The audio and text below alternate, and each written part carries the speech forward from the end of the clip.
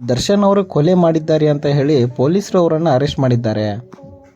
ನಟಿ ಪವಿತ್ರ ಗೌಡಗೆ ಅಶ್ಲೀಲವಾಗಿ ಮೆಸೇಜ್ ಮಾಡಿದ ರೇಣುಕಾಸ್ವಾಮಿ ಎಂಬ ವ್ಯಕ್ತಿಯನ್ನು ದರ್ಶನ್ ಮತ್ತು ಇತರರು ಹಲ್ಲೆ ನಡೆಸಿದ್ರು. ಇದರಿಂದ ರೇಣುಕಾಸ್ವಾಮಿ ಸ್ಪಾಟಲ್ಲೇ ಅವರು ಪ್ರಾಣವನ್ನು ಕಳ್ಕೊಂಡಿದ್ದಾರೆ.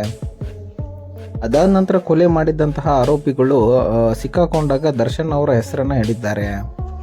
ಹಾಗಾದರೆ ಈ ಪ್ರಕರಣದಿಂದ ಏನಿದೆ ಹಾಗೂ ದರ್ಶನ್ ಅವರು ಮಾಡಿದ ತಪ್ಪು ಏನು ಅಂತ ನೋಡೋದಾದರೆ, ಈ ಒಂದು ಕೊಲೆಯಾದಂತಹ ವ್ಯಕ್ತಿ ಅವರು ರೇಣುಕಾಸ್ವಾಮಿ ಅಂತ ಅವ್ರ ಹೆಸರು. ಇವರು ಮೂಲತಃ ಚಿತ್ರದುರ್ಗದವರು.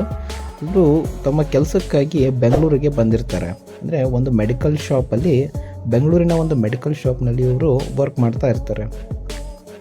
ಈ ರೇಣುಕಾಸ್ವಾಮಿ ಎಂಬ ವ್ಯಕ್ತಿ ನಟಿಯಾದಂತಹ ಪವಿತ್ರ ಗೌಡ ಅವರಿಗೆ ಅಶ್ಲೀಲವಾಗಿ ಮೆಸೇಜಸನ್ನು ಕಳಿಸ್ತಾರೆ. ನೀವು ಸೋಷಿಯಲ್ ಮೀಡಿಯಾಗಳಲ್ಲಿ ನೋಡಿರ್ಬೋದು, ಕಾಮೆಂಟ್ ಸೆಕ್ಷನಲ್ಲಿ ಆಗಿರ್ಬೋದು, ಅಥವಾ ಈ ಒಂದು ಇನ್ಸ್ಟಾಗ್ರಾಮ್ DM ಅಲ್ಲಿ ಕೂಡ ಇವರು ಅಶ್ಲೀಲವಾಗಿ ಮೆಸೇಜನ್ನು ಕಳಿಸಿರ್ತಾರೆ.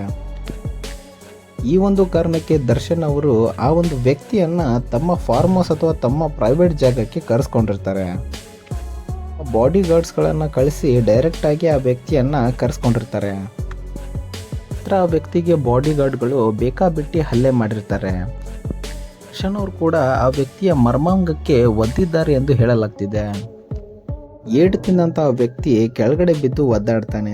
ಕ್ಷಣದಲ್ಲೇ ಆ ವ್ಯಕ್ತಿ ಪ್ರಾಣವನ್ನು ಕಳ್ಕೊಂಡ್ಬಿಡ್ತಾನೆ.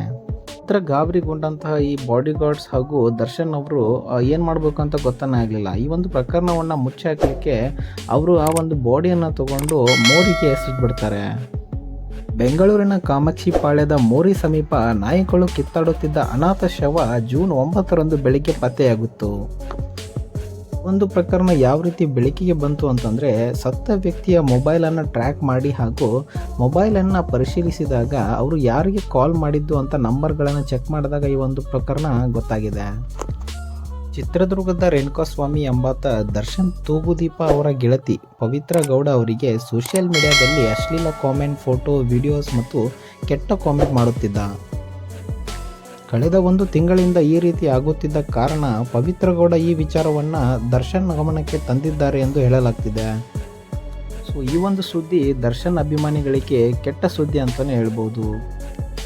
ಪೂರ್ತಿಯಾಗಿ ವಿಚಾರಣೆ ಆದಮೇಲೆ ಸತ್ಯ ಏನು ಎಂಬುದು ಬಹಿರಂಗವಾಗಲಿದೆ.